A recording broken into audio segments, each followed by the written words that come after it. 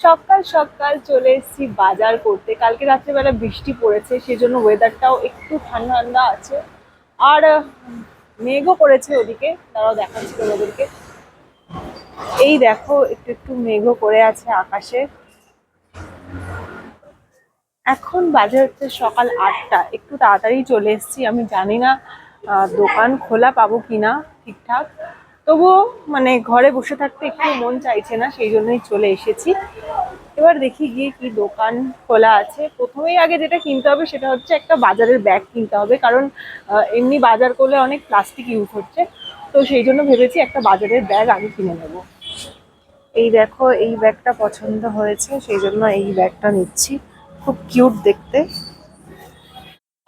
আমি যেখানে থাকি মুড়ি পাওয়া যায় না, এখানে দেখছি মুড়ি পাওয়া যাচ্ছে, তাই ভাবছি একটা মুড়ির প্যাকেটও নিয়ে নিই, মাঝে মাঝে খাওয়া যাবে আর কি মুড়ি।